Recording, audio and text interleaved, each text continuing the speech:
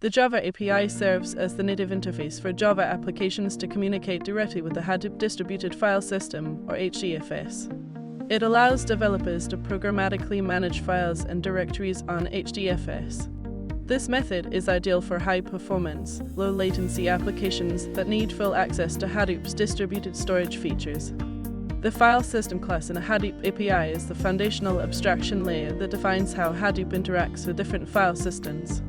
Whether you're using HDFS, local storage, or cloud storage like Amazon S3, the FileSystem class serves as the interface to perform common operations such as reading, writing, and deleting files.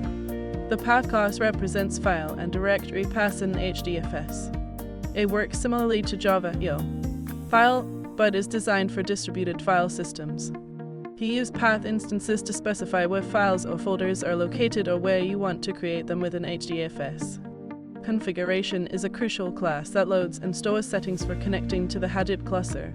It reads files like core site, XML, and HDFS site, XML to determine settings such as the name node address, replication factors, and authentication. Every interaction with HDFS through the Java API starts by creating a configuration object. To start working with HDFS using the Java API, you begin by creating a configuration object. Then, you pass this object to the FileSystem get method, which returns a handle to the HDFS instance. This is similar to establishing a connection to a database. It enables all subsequent operations. To create a file in HDFS, you call the create method of the FileSystem class and pass a path object with a desired file location. You receive an FS data output stream that you can use to write content to the file. Always remember to close the stream after writing to avoid memory leaks. Reading a file involves calling the open method, which returns an FS data input stream. You can then use this stream to read the file content. For text-based files, you might use methods like readGTF, but other formats are supported as well. As with output streams, closing the input stream is essential. Deleting a file in HDFS is straightforward using the delete method of the FileSystem class. You provide the file path and a boolean indicating whether to delete recursively in case it's a directory. This operation permanently removes the file or directory from HDFS. The Java API offers several key advantages. It's highly performant due to direct TCP communication with data nodes. It provides full access to HDFS's advanced features, such as replication control and custom block size.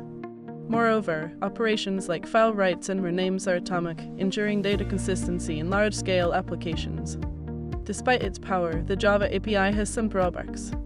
It's limited to Java-based applications, making it less flexible for teams using other languages. Additionally, it requires Hadoop libraries to be installed and configured, which can complicate deployment and increase setup time. WebHDFS is a RESTful interface for accessing HDFS over HTTP. It allows applications written in any language, and not just Java, to interact with HDFS.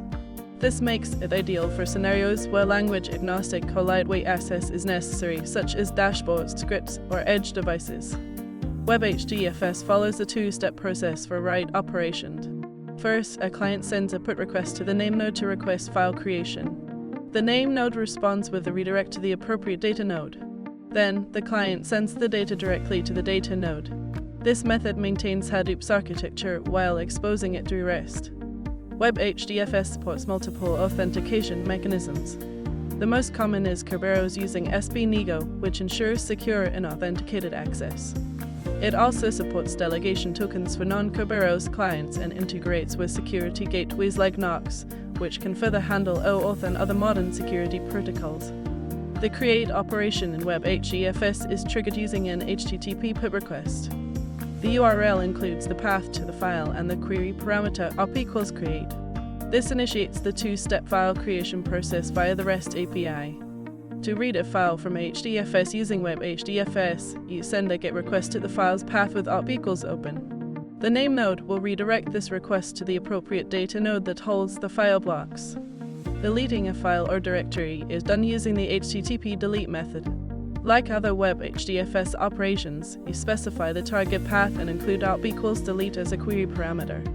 Creating directories via WebHDFS is performed with a put request and op=mkdirs. This allows remote clients to create nested directory structures in HDFS without needing Java. Here is the first step in creating a file using curl. You initiate a put request to the name node. The response will contain a location header with a redirected URL pointing to the correct data node. In the second step, you use another put request, this time with the T flag to output the actual file content to the data node URL retrieved in step 1. This completes the write operation. WebHDFS is highly flexible. It works across programming languages and platforms. It can pass through HTTP and HTTPS files, making it suitable for cloud and edge deployments.